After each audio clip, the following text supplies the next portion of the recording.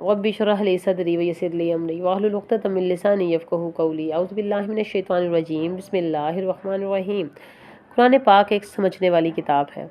दुनिया का कोई भी मज़मून हम उस्ताद के बगैर समझ नहीं सकते, तो क्या ये यूनिवर्सल बुक हम बगैर उस्ताद के समझ लेंगे? सोचिएगा।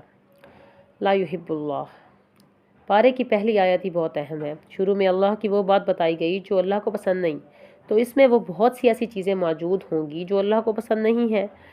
क्या पसंद नहीं है? दूसरों की बुराई ना करो, छुपके अल्लाह से बातें करें, उसकी पसंद और नापसंद हमें पता होना चाहिए। इसका थीम क्या है कि अल्लाह की किताब को इस्लामी निज़ाम में नाफिज करें। अब ईमान वाला मोहब्बत करता भी है और मोहब्बत तलब भी करता है। मेरा मालिक मुझसे मोहब्बत ना करे तो मेरी ज़िंदगी का फ़ायदा ही क्या हुआ। मोमिन की सबसे कीमती चीज़ अल्लाह की मोहब्बत होती है। आमाल जहर ज़बान की कैंची का बताया गया। अमाल कैसे ज़ाया होते हैं। ज़ुबान के जहाद की बात की गई। ज़बान कैंची से कुल नेकियों की फसल कट जाती है। दीन लोगों की इज़्ज़त की भी कदर करता है और लोगों की ज़बानों की भी। मैं आप ये नहीं कह सकते कि मुझ में कोई गलती नहीं है। हमें जब किसी की गलती दिखे तो इसका अदब सिखाया जा रहा है कि इसे बदनाम नहीं करना, इसका चर्चा नहीं करना, इसकी बुराई ना करो। अगर किसी से बुराई नज़र आ जाए तो फिर क्या करें? मोमिन का आईना होता है। शीशा वही अक्स दिखाता है जो इसमें हो। कभी आईना जो आप देख रहे हो वो आपकी दोस्त देख ले, तो कभी आईना क्या आपकी बुराई आपकी दोस्त से करता है? बस सिंपल इसी ही बात है। आईना बनो, अमल बिल मारूफ नहीं अनिल मुनकर तुम्हारा काम है। अच्छे तरीके से पॉजिटिव बात पहुंचा दो। आईना अगर चेहरे के दाग ना दिखाए तो क्या होगा? जब बाहर जाएंगे सब देखेंगे, बुरा लगेगा। करना क्या चाहिए था? नसीहत करें अच्छे तरीके से। अगर मिरर आपको दिखा देता तो आप साफ़ कर लेते। शरीयत भी यही कहती है, जो आपको मुझे हक दिया है दूसरों की इज़्ज़त करें, ये बहुत ज़रूरी है। बुराई, चुगली, गीबत, अच्छी बुरी बातें मशहूर कर देना जायज़ नहीं है। Great people discuss ideas and plans. Average people discuss events. Low-minded discuss peoples. अब देख लें आपका मकाम क्या है।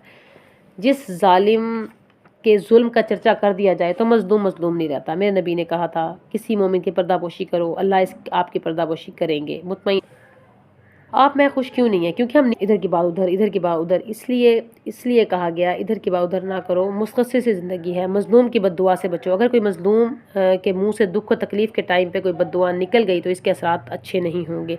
हज़रत अली ने फरमाया था कि क़यामत के दिन मैं इस हाल में जाना पसंद करूँगा कि मैं मज़लूम हूँ, ना कि ज़ालिम बनकर जाऊँ। तो ज़बान को पकड़ कर कहें कि ये नेकियों की फसल काट देती है कि इसको हर वक्त चलना नहीं है। मोमिन का हर वक्त इबादत होता है, उसकी खामोशी भी इबादत, उसका बोलना भी इबादत।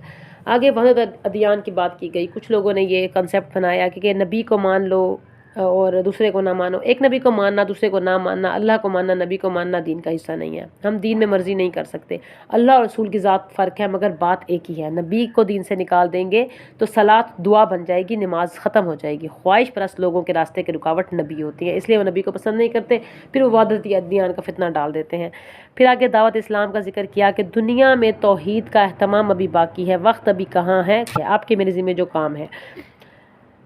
और हज़रत ईसा का मसलक बताया कि हमें इबादत करते हुए घबराना नहीं चाहिए। जब नमाज का हुक्म अल्लाह ताला दे उसी वक्त नमाज अदा करें। एंड में इस आयत जो सूरत निसा के एंड में बताया कि अल्लाह ने तमाम विरासत लिख कर महफूज करके रख दी है, हम अल्लाह की इस बात पर राज़ी हो जाएं। और एंड में देखिए सारी उम्मत घर घर खेल रही है, ये ज़्यादती है। हमारे दीन का मकसद घर बनाना नहीं था। सूरत अल-माइदा, दस्तरखान, डाइनिंग टेबल। मेरे नबी ने फरमाया था कि अपने मर्दों को अल-माइदा की तालीम दो। इसमें क्या है? हलाल और हराम की बातें हैं, खाने और ताल्लुकात और अहले किताब औरत के मुतल्लिक तकमील शरीयत के अहकामात हैं। यहूद और नसारा के ख़िलाफ़ फ़र्द जुर्म आयद किया गया और हमें नसीहत की गई है कि ये हरकतें ना करना। अल्लाह के इस्लामिक क्लास को कैसे नफाज करना है।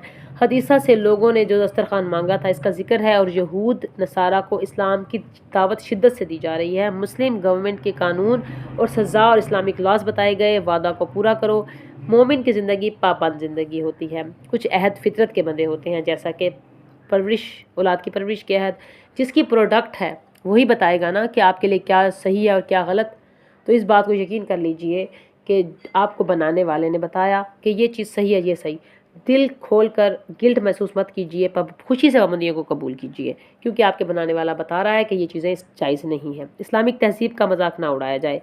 दुश्मन के साथ भी दुश्मनी में ज़्यादती ना करो। एक्सप्लॉयटेशन जायज़ नहीं है। नेकी और तकवे के रास्ते में मदद करो। मोमिन को फ़ायदा देता है।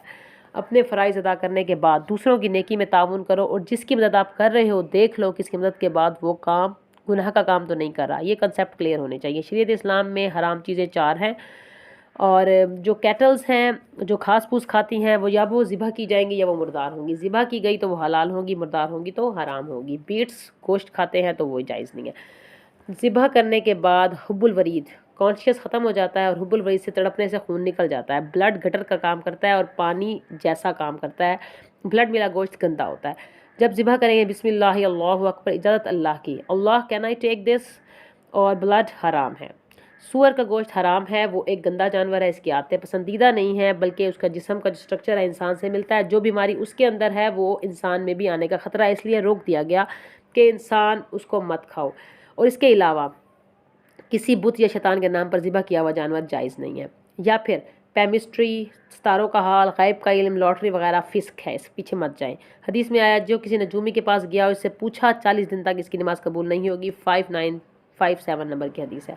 जब हम इन चीज़ों में पढ़ते हैं तो फिर हम एक्सेप्टेबल नहीं रहते।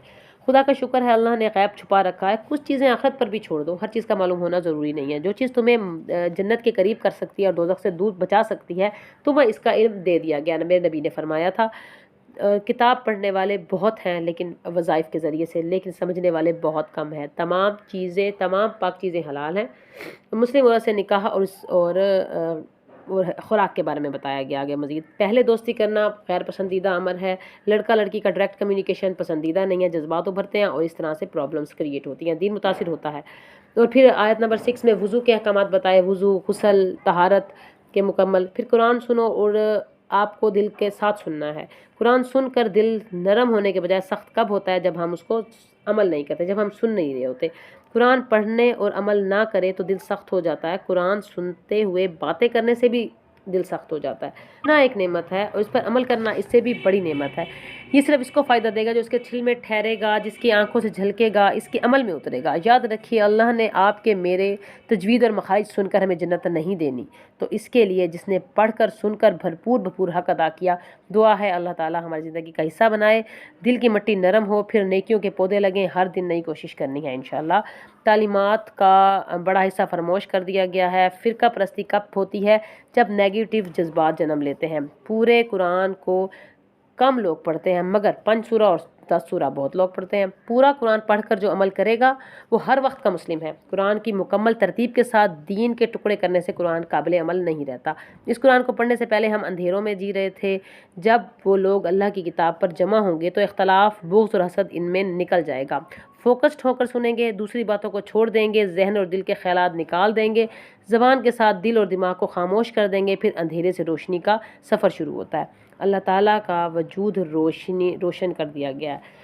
बाज़ लोगों का मामला होता है वो इसी वजह से हम कुरान की तालीमात हासिल नहीं कर पाते। अंधेरों से रोशनियों का सफ़र करना है। जब दो लोग अल्लाह की किताब से जुड़ते हैं, अल्लाह इनके दरमियान बुग़्ज़, अनाद, दुश्मनी, कीना, हसद, ग़ीबत की बीमारियों को निकाल देता है। और जो लोग अपनी मर्ज़ी और फ़ायदे और मफादात के लिए सामने रखते हैं तो बुग़्ज़ और अदावत जन्म ले लेते हैं।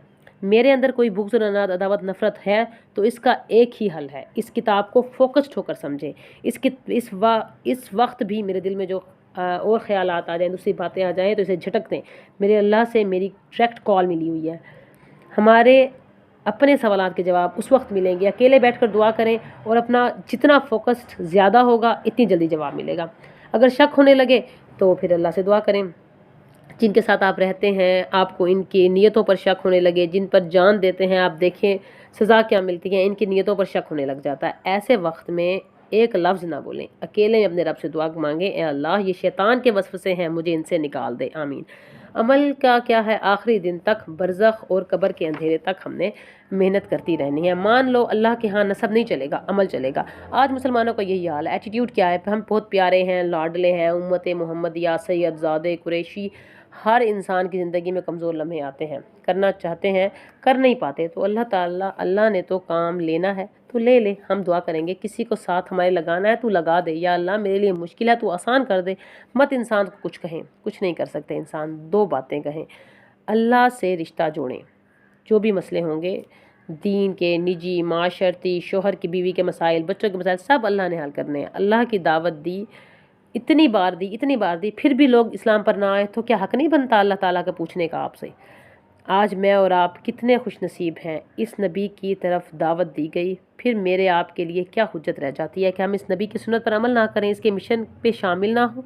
जिसको कुरान मिला और ख़िदमत का मौका मिला, इसको ये आयतें समझ में आ जाती हैं, फिर इसको ये धड़का लगा रहता है, या अल्लाह ये नेमत हमसे छूट ना जाए।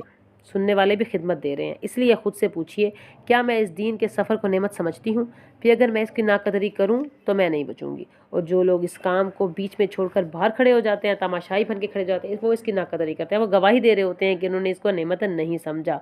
अल्लाह का वादा है कि जब तक हम किसी काम को ऑनर नहीं दे समझेंगे, ना वो काम ज़्यादा देर तक हमारे साथ नहीं चलेगा। दुआ है अल्लाह ताला हमें कदर की तौफीक अता फरमाए।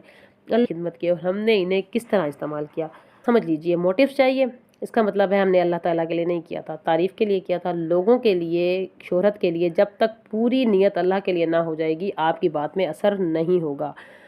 वो आज जो चुनी हुई कौम थी मग़दूबुन इलाही बन गई, तो कसूर किसका है? नेमत की नाकदरी करने वालों का। Demoralise, demotivated. बैतुल मुक़द्दस की फ़तह बिल्कुल करीब थी, अमालका नाम की कौम वहाँ दाखिल हो गई थी। अल्लाह ताला ने पक्का वादा किया था कि तुम कामयाब हो जाओगे, कोई आया ही नहीं, मोटिवेशन ही नहीं थी। 2 लोग अल्लाह के लिए डट गए, इन्होंने कहा कोई जाए या ना जाए हम जाएंगे। जब हम कभी हमें दीन की ज़रूरत होती है और जब दीन को हमारी ज़रूरत होती है तो हम वहाँ नहीं होते।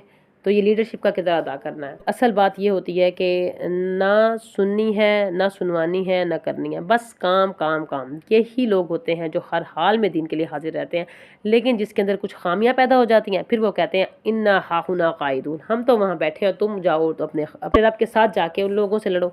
We should not be sorry Muslim, we are proud to be a Muslim. ए अल्लाह मेरी वजह से मेरे दीन को इज़्ज़त दे, लोग मुझे देखकर मुसलमान हो, मेरे चेहरे का सुकून मेरे किरदार में ज़ाहिर हो। तो कयास अक़वाम मग़रिब न कर, ये ख़ास है तरतीब में कौम रसूल हाशमी। ये उम्मत मोहम्मदिया का ख़मीर किसी और मट्टी से बना है। फलाह चाहते हो तो दुनिया में स्ट्रगल करनी पड़ेगी। आज दीन का काम करना अबस लग रहा है, दीन का काम सेल पर लगा हुआ है। आज कोई है जो इसको बेहतर तरीके से, अल्लाह ताला इसको हमारे दिलों में अमल के लिए सब्त कर दे। दुश्मन के साथ ज़्यादती ना करो, वादों को पूरा करो, बेटियों को दफन ना करो, अबॉर्शन ना करवाओ, सूद का हुक्म, औरत सज धज कर बेपर्दा बाहर ना निकले, गैर मुस्लिमों के रंग ढंग मत अपनाओ। तो रैत नाजिल किया गया, हिदायत के लिए हुक्म दिए गए। शौर अल्लाह की हुर्मत से बचना है, अहराम की पाबंदियाँ, नेकियों पर तावन करना है, हराम खाने से रोकना है, किस्मतों का हाल मालूम नहीं करना और पूरे दीन पर अमल करना है। तय्यबात खाना है, वज़ू का तरीका, अदल की बात, तयम्मुम का तरीका, गुस्ल का तरीका, नमाज को कायम करना, किताबों को नाफिज करना, हसद से बचना, चोरी डाके से बचना, सलातुल कसर, सलातुल खौफ, कत्ल की इफ्तिताह। अल्लाह इस पर अमल की तौफीक अता फरमाए, अमल की तौफीक अता फरमाए। हसद की नेकियों को ऐसे खा जाता है जैसे आग लकड़ी को खा जाती है। अल्लाहुम्मा इन्नी मिन फदलिका व निअमतिक। अस्सलामु अलैकुम व रहमतुल्लाह।